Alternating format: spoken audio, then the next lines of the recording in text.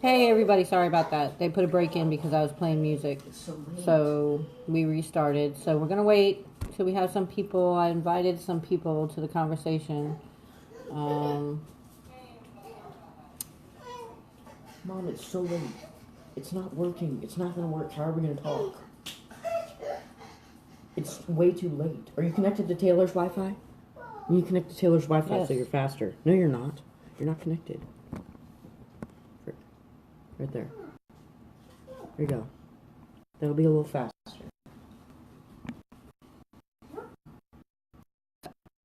In our discovery of doing research, and one of the things is Board Institute of Health, Mental Health.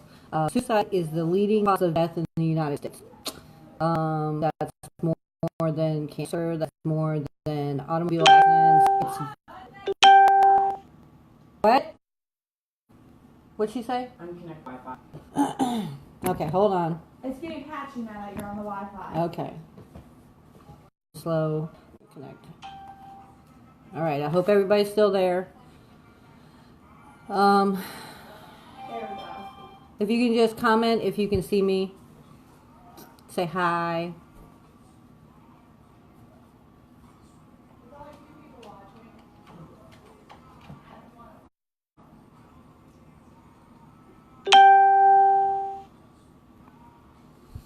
Okay, all right. So I know that it's going to take a while. That's Mikey, my son. It's going to take a while for people to get notified and for everybody to get reconnected to the video. It's okay. It's too late. I'm not going to be able to talk to you. It'll catch up. No, it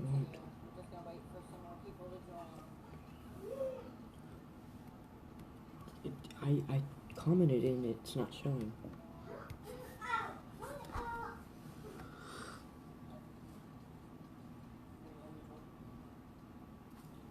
There. That's not the one right now. That's from earlier. No, wait, I'm just going to exit out Facebook and stuff. Okay, so obviously we're having some technical difficulties with our phones here in the house. They're not all synced at the same time. And that's okay. That's all right. As I was saying, suicide is the leading cause of death in the United States right now, and that's very sad. It makes me want to cry, mainly because it's something that there's something that can be done about it, but not many people know because they don't want to talk about it. They don't want to share stories. They're made to feel like they should hide that, and it's not anything that should be hidden. Mental health is serious. Mental health should be addressed. We should talk about it. We should talk about our sadness. We should talk about our happiness. We should talk about any way that we feel. We should be able to talk about it, and not have anybody condemn us for the way that we feel. Things to notice when people if you want to know if somebody is thinking about committing suicide, there's several indicators that can let you know. A few are if they're talking about wanting to die, if they're constantly talking about dying or death, or wanting to die, that's a sign. Planning or looking for a way to kill themselves. If they have a plan, then most likely they're going to eventually do it. Not all the time, but if they have a plan, they're more apt to do it. So one of the key things to remember when talking to our kids is to ask them, okay, have you thought about committing suicide? And if they say yes, say, do you have a plan? If they say no, then they're probably not going to commit suicide.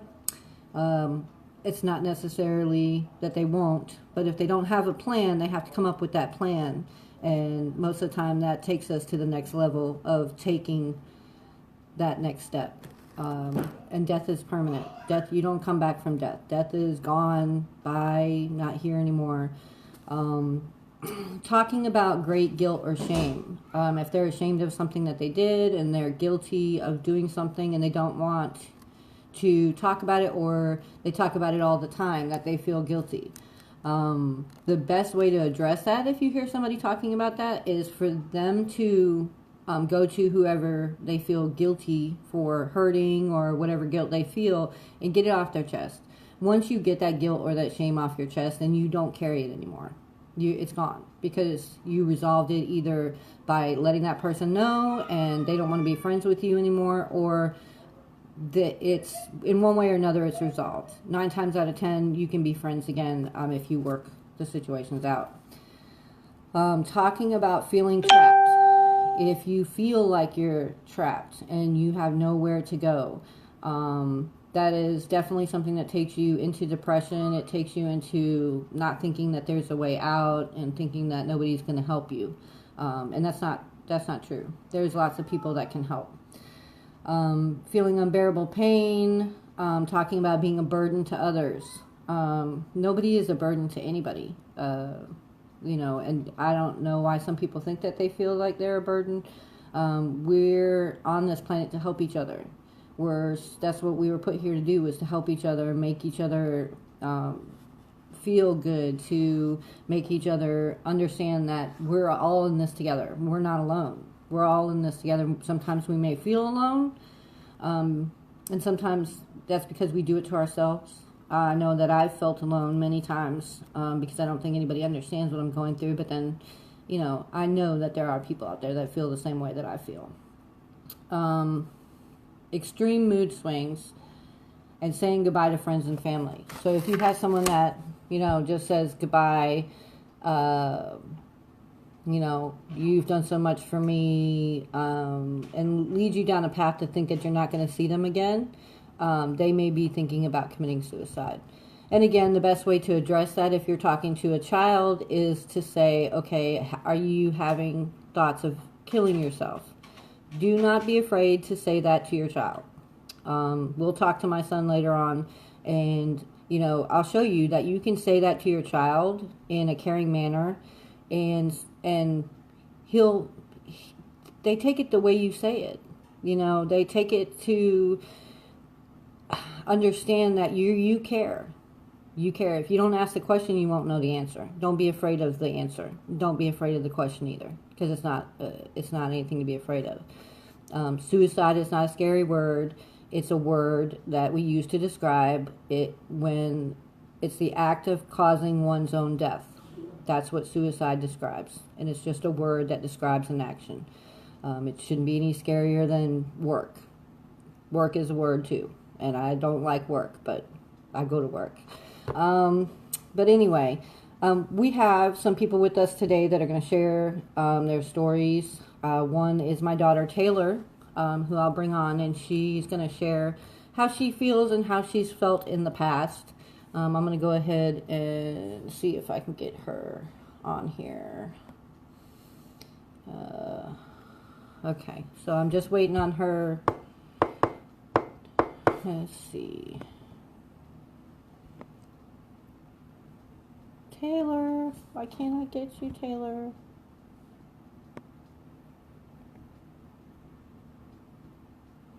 Okay, so it's saying I got no answer from the live video guest, but I see her up there.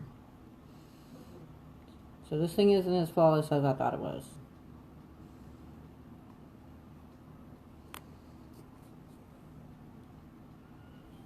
Taylor!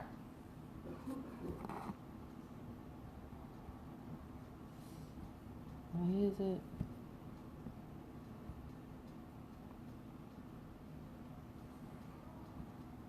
Okay, I don't know why it's not adding her. You need to go out of the broadcast and come back in. Out. Because it's not allowing me to approve you.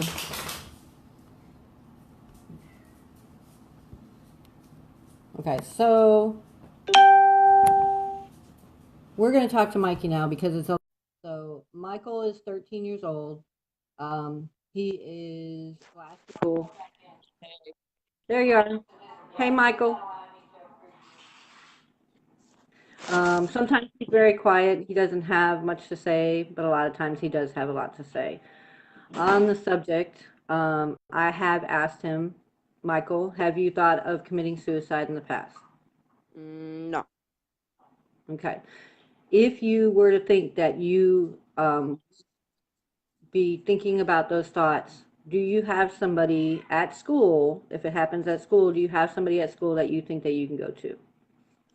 No, because I can't really trust anyone at school because everybody kind of hates me because they think I'm annoying, but yeah. Okay, what about a teacher or a trusted adult? Do you feel like you have an adult that you can go talk to? No. No, why do you think that is? Because I don't really know anyone that well. Like, any of the teachers, I don't talk to them regularly unless I'm in their class. Yeah. Okay, and so does that make you feel alone? Kind of. Kind of. But you know that you can talk to me about it, right? Yeah. Okay. And I want you to know that if your friends need somebody to talk to, they can talk to me too. When you have conversations with your friend, if you know somebody that says, I want to kill myself, and you think that they're being serious, because I know that a lot of kids say it sometimes and they don't really mean it. They're just saying it because they're having a bad day. It's not something to joke about, but if you know somebody that is talking that way or thinking that way, you know that you should tell an adult, right? Yes. You need to always tell an adult because they could do it and then you wouldn't have been able to save their life. Okay, so you think if you had a friend, let's say you had a friend that was talking that way, who at school would you go to let them know that your friend felt that way? I wouldn't go to anyone at school. I would probably come home and tell you. I don't know. Okay, but what if when you come home from school, they act on what they told you that day? Wouldn't it be too late? Yeah. Okay, so maybe we need to make a plan of who you're going to go to at school in case you hear something like that. Okay? When you're talking to your children, you need to let them know that you need to make a plan. When you're talking and having this discussion, they need to have a trusted adult at school that they can go to, whether it's they themselves or a friend of theirs that they can go to and let them know, hey, this child is in crisis. I feel that they may hurt themselves. Please help them. They need to have somebody to report that to. That's so important. I can't stress that enough. It's really important that we let people know, because if you come home and you tell me and I can't get a hold of the school and I don't know where that child lives, I can't really do anything. I can't do anything. And I would feel helpless and I would feel very sad that I can't do anything. So at that point in time, uh, we need to find somebody that you can talk to. Okay? All right. I'm going to try to add Taylor. Uh, If you had Taylor, she'll probably block your face.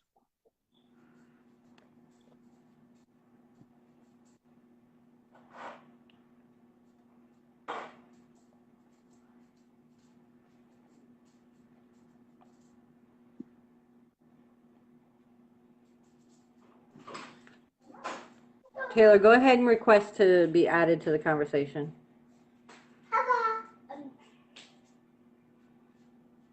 Hi, Jessica. I see you.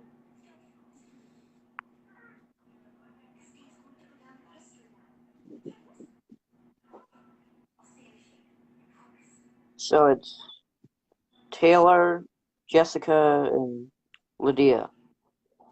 Yes. I don't know why it's not letting me add Taylor. I'll be there in a second.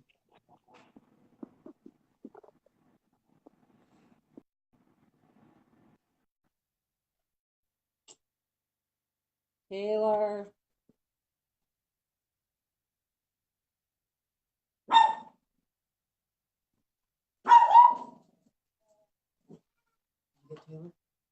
Okay, it's fine. Okay, Taylor, you're being added. Mom, add me. High five. There she is. Hey. Add me. Okay, Taylor, you're being added.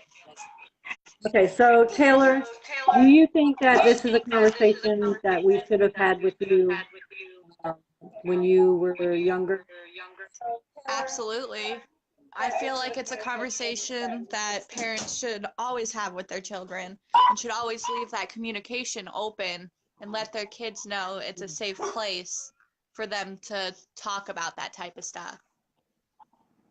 Okay, so now that you're an adult, let's go back to when you were a child and you were in a crisis. You can be as honest as you want to be. I won't take offense to anything you say. We've had this conversation many times, and maybe I didn't make the right choices because I didn't have the tools available to me to make the right choices. You tell me in your own words what could I have done different would have made things better. What was the question? I can't hear. 1 second. Let me go in Mikey's room. Really? Harper's being loud. What was the question? Okay, the question is, what do you think I could have done different back when you were going through your crisis that would have made it easier for you to talk to me or to tell me to make me understand how you felt? I think it's important for parents to make their children feel like their feelings are validated, not blow off their child's feelings by saying that's just normal teenage feelings. It's just a phase. You'll get over it. You don't have it that hard. I think it's important to make children feel like they're validated in their feelings and that it's okay to feel a certain way and that if they need help, it's okay.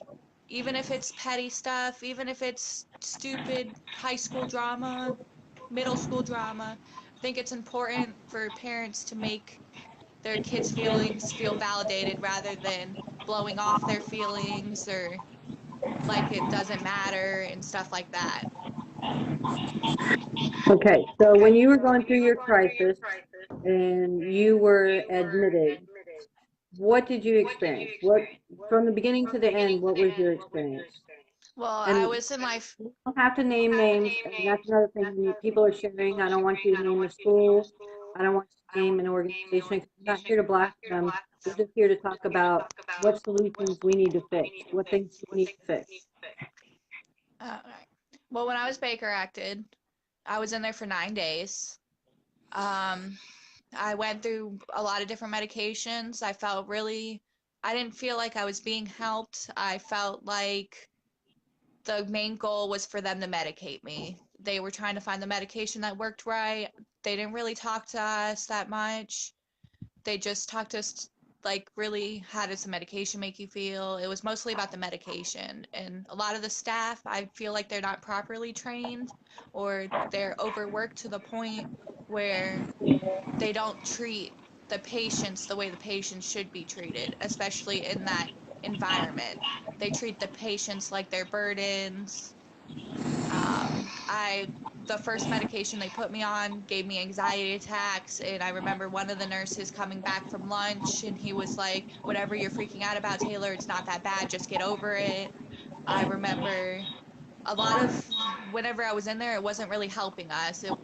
We watched TV. We did stupid worksheets that I would have done in third grade, and I was like 17 at the time.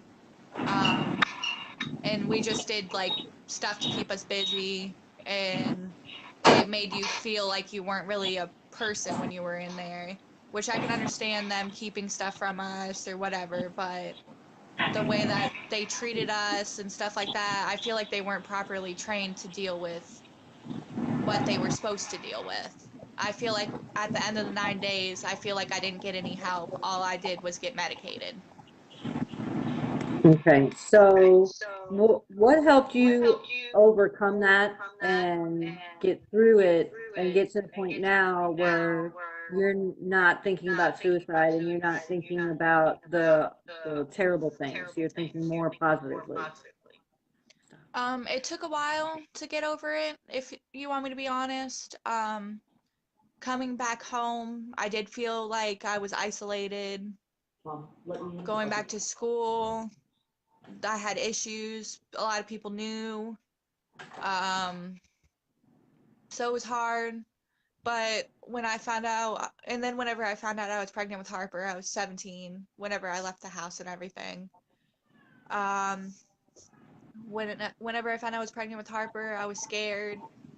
Um, and as I went on, after I had Harper, he helped me a lot. He gave me a reason to go on. Every day I wake up and seeing his smile, it helps me. Okay. So what do you think could have been done differently during your treatment that would have helped you more and you would have felt more comfortable coming home and going to school? I feel like if I felt comfortable, like I was made to feel comfortable to talk to the staff, like I should have been able to. If the staff would have been, I don't know really this if the staff would have helped more by talking to us and seeming like they actually cared. I don't know how to explain it, but it just felt like when we were in there, a lot of the time we were just hanging out amongst each other. It wasn't really much of anything. It was just to keep us in a situation where we couldn't harm ourselves, which is, I guess, the main goal. But I feel like part of that main goal should be whenever you get out, they should teach you coping mechanisms, teach you, bring in the parents, and try and teach each other how to communicate with each other so it doesn't get to that point again. And I think that's a great word, communication, because I think that there's a lot lack of communication between people and saying how they actually feel, how they cope with daily lives.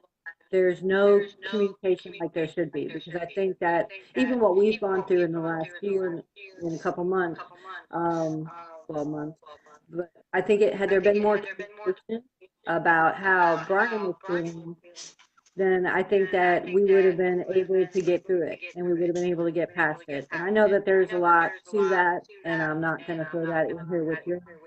But I think that there's a lack of communication amongst adults and children, and then as we grow into adults, we start to communicate more on the same level. So I think parents are missing the way to communicate to their children, but on their level. Not, And you I know what I feel mean? like, yeah, I agree, and I feel like once you get to the point where you're Baker acted, they need to have some kind of interference in there, bringing in the parent and the child and teaching them how to communicate with each other, where they bring in the parents, talk to the parents, let the parents know that Your how video to, stopped. yeah, my video stopped for a minute. Teach the parents how to tell their kids and make their kids know that it's a safe place to talk about it to avoid being Baker acted again. Because it's really hard whenever you feel like you have no one to talk to and no one to go to, and you're battling it on your own and you feel like you don't know what to do. I feel like it's important to feel like you have someone to go to and so there's a safe place to talk. Okay. Now, another question is, when you were going to school, you were in high school, you had friends that were struggling with the same thing? Absolutely, I had a lot of friends that struggled with depression, struggled with suicide, like attempts and stuff like that. I had um friends who weren't treated the best at home and they didn't have that open communication with their mom. They didn't get along with their mom or their parents or whatever, and they struggled with it as well. And I feel like the school is an important place too. I feel like they need to have mental health people that are trained in mental health in the school so that you have someone to go talk to. Well, not only that, so that you don't feel alone.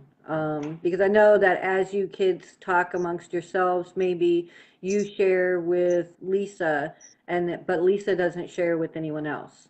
Do you think that if you had had, like, say, a group session at the school to talk about your feelings and talk about what angst you were feeling, what you were going through, with everything on a day-to-day basis, do you think that that would have made a difference being in a group environment and all of you having the same feelings and be able With other to students? relate with each other? With other students? Right. No, I don't feel like student group in a school setting, like with people you go to school with, I don't feel like that would have helped because I feel like you would hold back a lot because you don't want your personal what goes on at home, getting around school, and you don't want everybody to know that. I could understand if we didn't go to school together and we had group talk or whatever, but I feel like having people that you go to school with and having group talks about it, and especially something as taboo as mental health and things that go on at home and stuff like that, I feel like I wouldn't have opened up to other students that I went to school with unless, especially not in a group setting. Okay, now do you think that you would open up to someone your own age more or someone just a little bit older than you that's certified?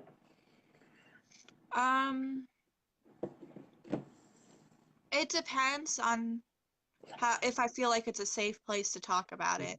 I mean, I did talk about some of the things, some of the ways I was feeling to friends, but when I did that, a lot of stuff got around, so I stopped talking about it. I started to realize who my friends were and who my friends weren't, who I could trust, who I couldn't trust, stuff like that. I feel like talking to an adult when it's not a little bit older, not so much older that they're like don't understand like cyberbullying and the different stuff that teenagers go through today. But somebody probably in their 20s, I could probably relate to still, but they're trained and I don't have to worry about stuff going on around. Gotcha. And as Ladea said, it would encourage telling other students to feel better about themselves and would possibly cause additional situations. So yeah, I can see how that wouldn't work in a group setting. But you feel that when you were in school, that you would be more prone to go to somebody who was certified if they were at the school all the time, that you could go to them when you were experiencing an issue and you could go to them and leave it with them and walk out and go back to school and complete the rest of the day. Yes. Okay, and that would make you feel better, and you think that that would have helped the other students that were going through the same thing? Yes. But I think Okay. it's important whenever you have people who are certified is that they teach you coping mechanisms and communication skills so that you can talk to your parents as well, because it's important for your parents to know as well, because you're not always at school and you might feel a certain way and it might be really a strong certain way and you might be home at that time, and I feel like it's important if you're feeling that way to talk to your parents and be able to talk to your parents and be comfortable talking to your parents as well, not just somebody who's certified. Gotcha. And I Okay. think it's important for parents to validate how their kids feel and listen to how their kids feel, even if it's how they feel towards their parents or how if their parents do something that make you feel a certain way, you should be able to communicate that with your mom, dad, or whatever, and not be afraid of the backlash or be afraid of them being upset about it. You should be able to openly talk about your feelings without your parents being mad about how you feel. Absolutely. Absolutely. So, when you were 17, if I came to you and asked you, Taylor, are you thinking of committing suicide? What would your answer be? If it was all the same circumstances, but you came to me, I probably wouldn't have talked to you because for a while we had a lot of issues, of course, and I felt like it wasn't an open place to talk about that. I felt like it would have upset you. You would have been mad. I didn't feel comfortable talking to you about that kind of stuff. Okay, and I probably didn't have the right tools to talk about it either. And that's probably why the question wasn't asked, and it's probably why I didn't see the signs. So I think it's important that parents, from the time that their children are young, like you have a 3-year-old, from that time on, they should know how to talk to their children about suicide, because our kids are getting younger and younger that are committing suicide. Um, some as young as 9, 10 years old. And for me, that's scary because they're not even old enough to make adult choices yet. They're not old enough to understand that that is a final. That's a no coming back from that. Final. That's it. Done. So I think that there's a lot that plays into mental health of our children today, and I think a lot of it too is the disconnect with adults and them not used to social media, because most adults, myself, did not grow up with social media, didn't grow up with Facebook, didn't grow up with Snapchat. We didn't have all that. So there's a serious disconnect when we talk about those type of issues and what our kids face with that as well. Parents don't have the tools to understand it or handle it. Would you agree? I do agree. I feel like they don't have the resources or the to know how to handle it. They don't have the skills. A lot of parents don't have the skills to know how to handle that type of stuff. And I feel like it's important from early on, like you said, to always talk about how your children are feeling. Even at 3 years old, once Harper starts communicating more and talking, when he's upset and throws a tantrum, let him throw his tantrum, and then ask him, how are you feeling? What upset you? Stuff like that, and always allow your children to feel like they can talk to you about their feelings and what triggered those feelings. Absolutely. Okay. All right. And then Ladea said, what about anonymous chat rooms with valid counselors? What do you think about that idea? I feel like that's a great idea. I feel like I would have felt a lot more comfortable being anonymous and being able to talk to a certified counselor and not feel like there's going to be any kind of consequences to that, because that's a big thing with kids nowadays, especially with the um, thought of being Baker acted. Nobody wants to be Baker acted. Nobody wants to go sit in a crappy mental health institution, be told that they're crazy, be told that they have something wrong with them. That's a big thing too, is when you're depressed, you're told that there's something wrong with you, it's not normal. But depression is so popular, not popular, but so common nowadays. I feel like it needs to be made to where it's less taboo and less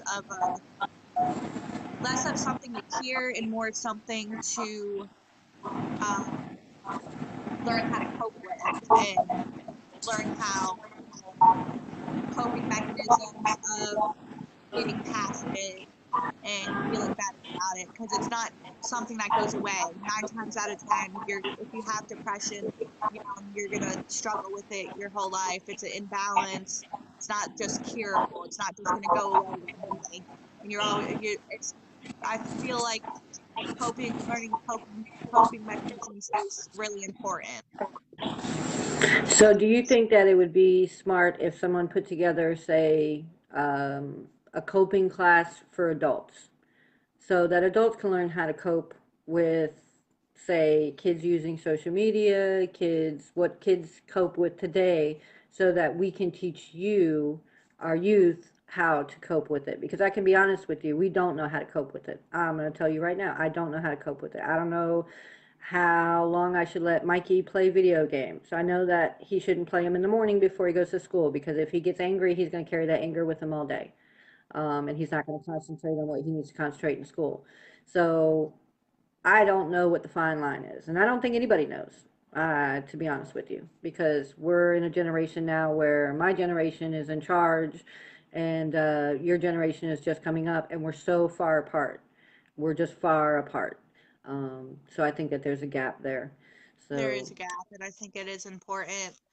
I think it would be good to have a class where it teaches parents what the different things that kids are going through nowadays. And it's easy for a parent for you to be cyberbullied and parents say, just don't look at the comments. You can just turn the computer off. But the fact of the matter is, you can turn the computer off and not look at it, but that doesn't mean other kids at school aren't looking at it. It doesn't mean you're not going to go to school on Monday and hear the same things that people are saying about you on social media, or nobody's going to bring it up or whatever. It doesn't mean that it just stays on the internet. When it goes on the internet, it goes everywhere almost, because all the kids nowadays are on the internet. All the kids are going to see it. right, right. Okay, so we have a lot for future conversations, but I really want to thank you for joining us and telling us your story. And I know that it was probably hard for you to put that out there and to be out there, but I think that if we allow our youth to have that voice and be out there and say how they feel, say that it's okay, um, I think that it's great because it'll maybe bring other kids to the forefront that'll say, okay, you know what, I feel the same way, and I want to tell my story, and that the story, that your story is going to help somebody. Somebody needed to see your story today to make it through another day. So I want to thank you, Taylor, for joining us. Of You can go course. ahead and exit out, and we'll get Ladea Sanders in here if she's ready to go. All right, let's see who we got. Ladea.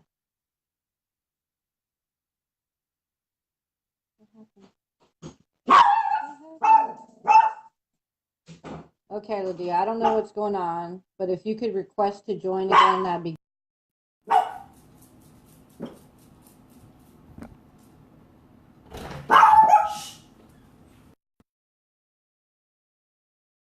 So we're just waiting for you to be added, Ladea.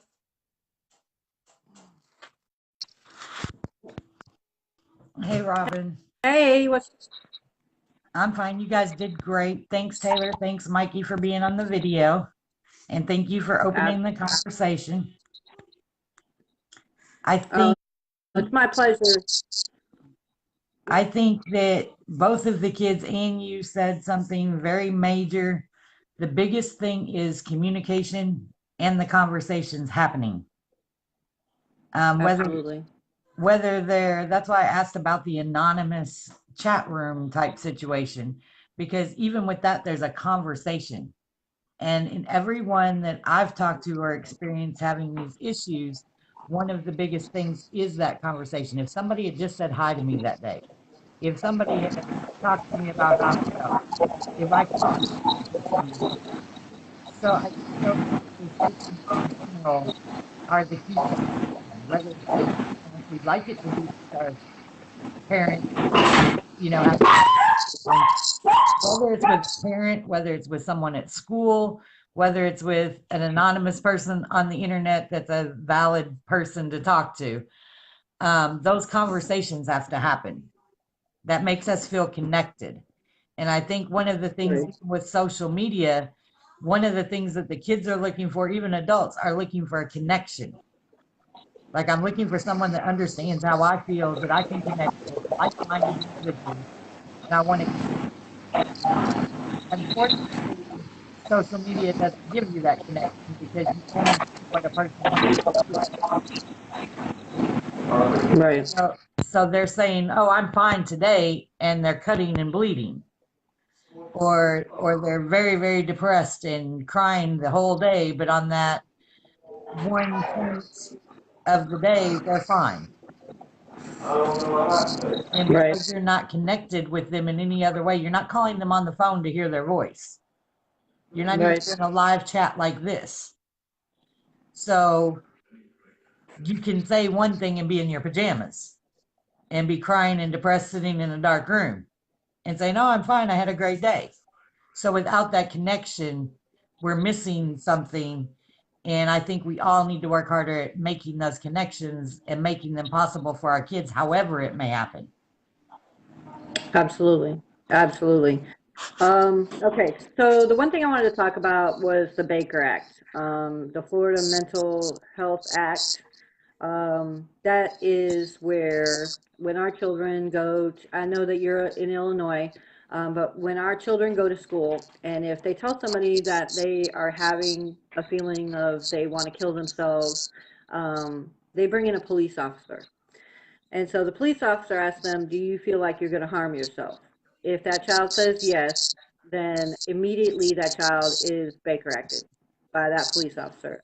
When I looked over the reports from the Florida Mental Health Act, which I posted this morning, over 50% of the children that were Baker acted by our Lake County Sheriff's Office. I don't think that they're qualified. They may be trained how to deal with people who have mental health issues, but I don't think they're qualified to make that decision without a parent being present. Because I know that I was called to the school when Mikey said, "Oh, I want to kill you." Okay, so now with everything that's happening in the schools, they take those words very seriously, and our children haven't caught up to that fact that those are serious words because they say it all the time when they're playing video games.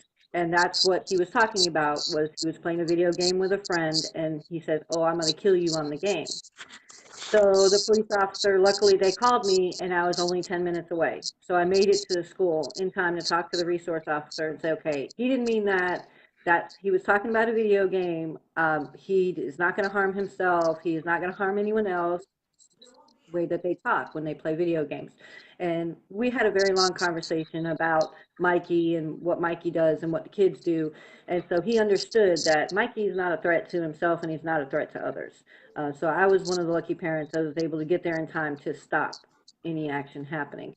But I think that's another conversation that needs to happen with parents and children, is for them, even though they may say it in a video game, they can't say it in real life, because it means something different in real life when you say that, and people are going to take it a different way, unfortunately, with the times that they are. I But go I ahead. don't know. I don't know how to feel about the sheriff's office being the one who makes that decision about Baker acting at school. In Illinois, we have trained mental health professionals that come as crisis intervention to the schools if they're called.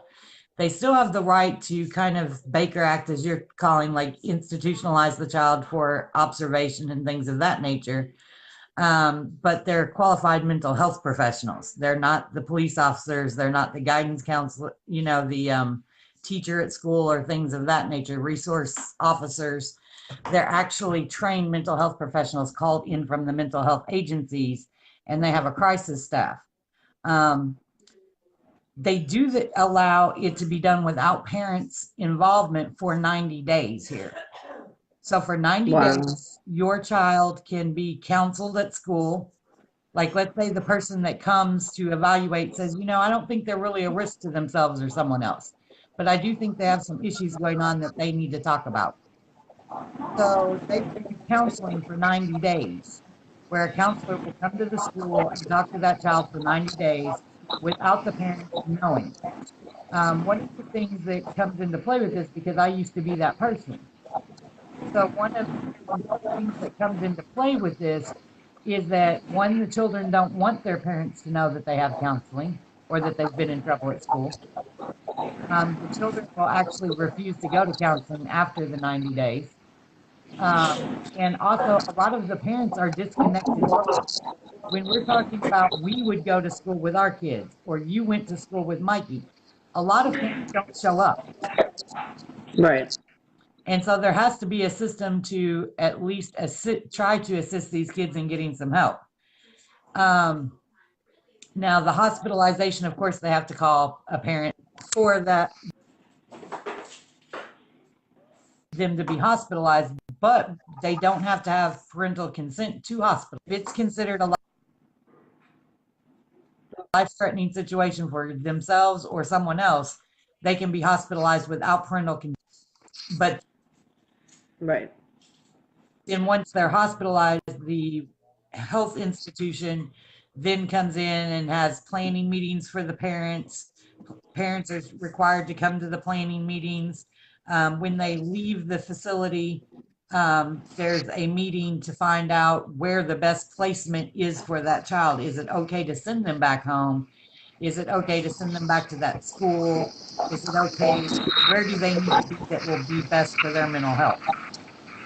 So there's a follow-up planning meeting, and there's follow-up after the fact. It's not just you come home and hope everything's all right.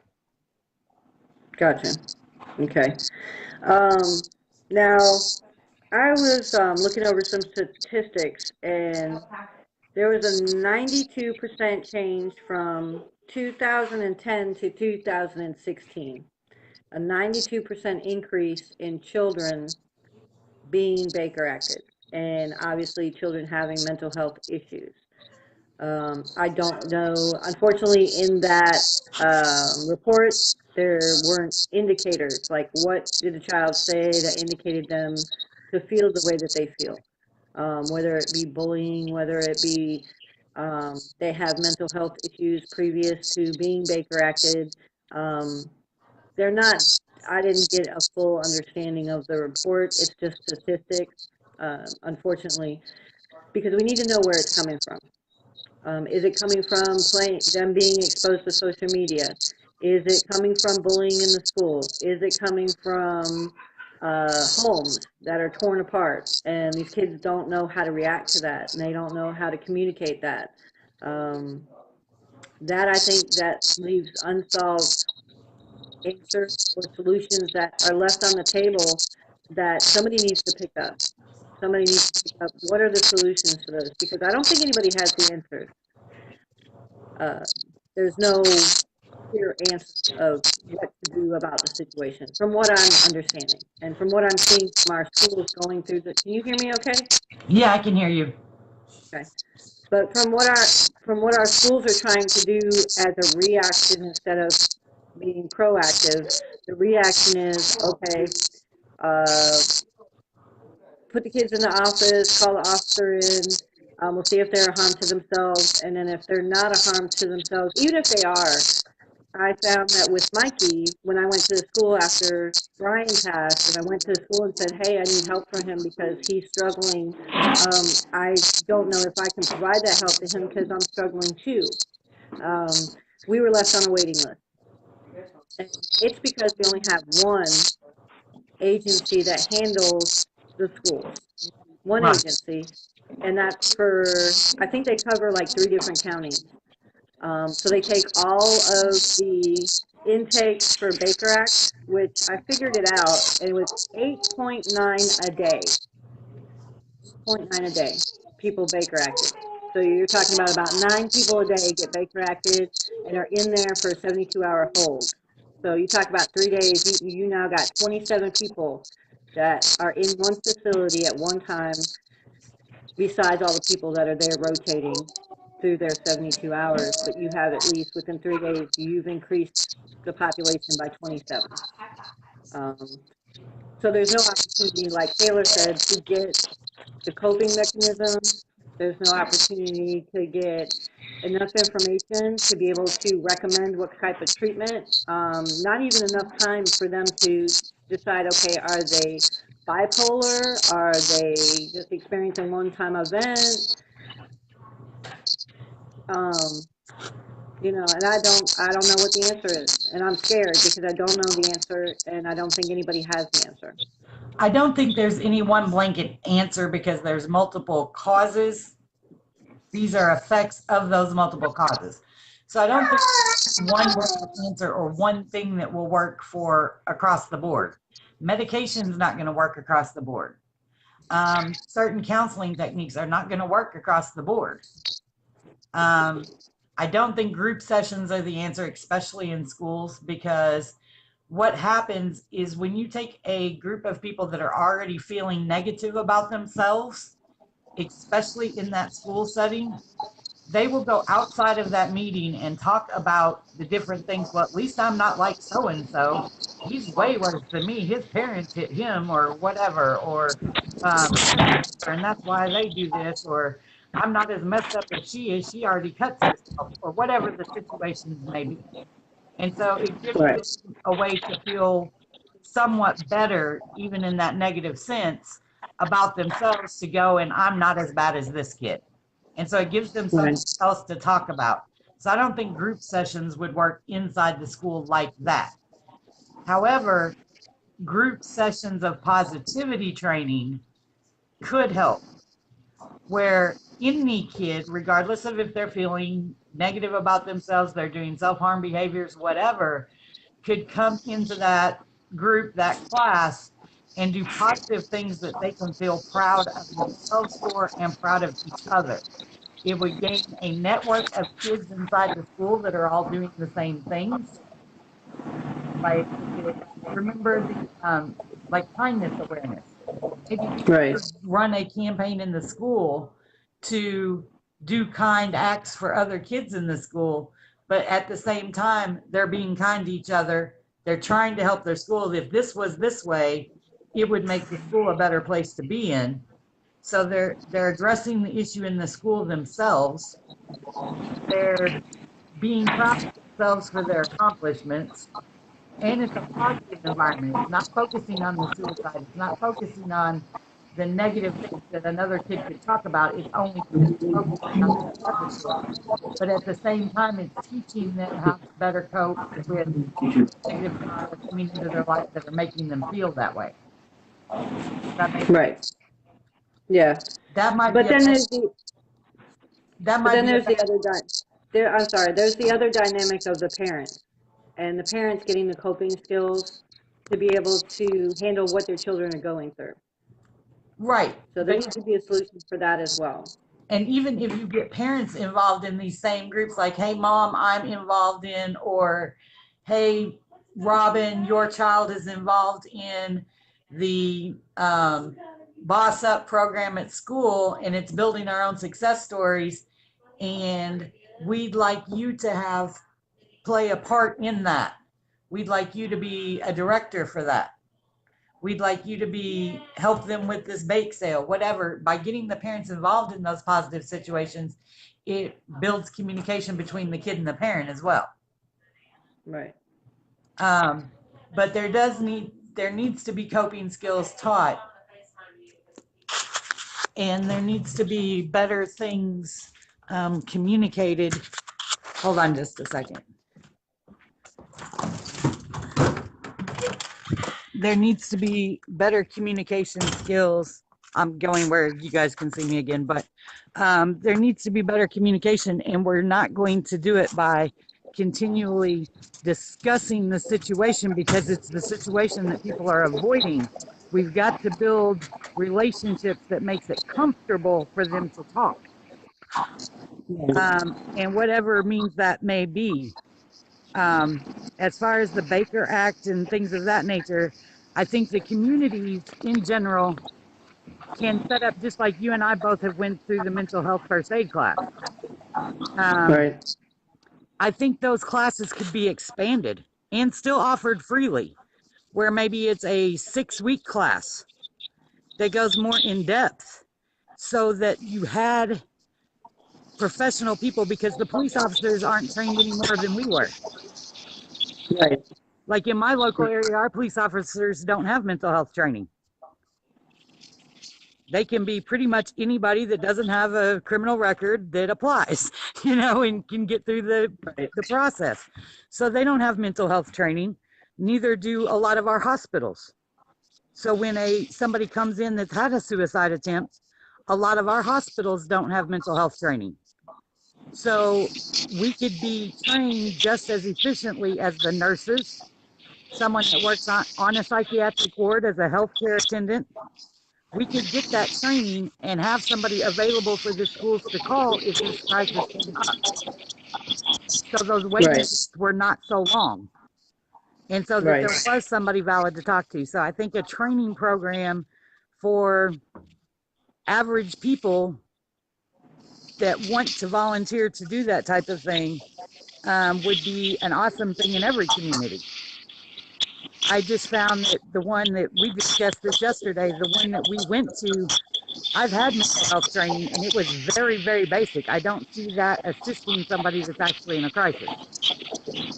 Right. And I'm saying that as somebody that's had the mental health training, that has worked in a youth environment and an adult environment, actually diagnosing and evaluating people for being at risk to themselves or others, or for mental health issues.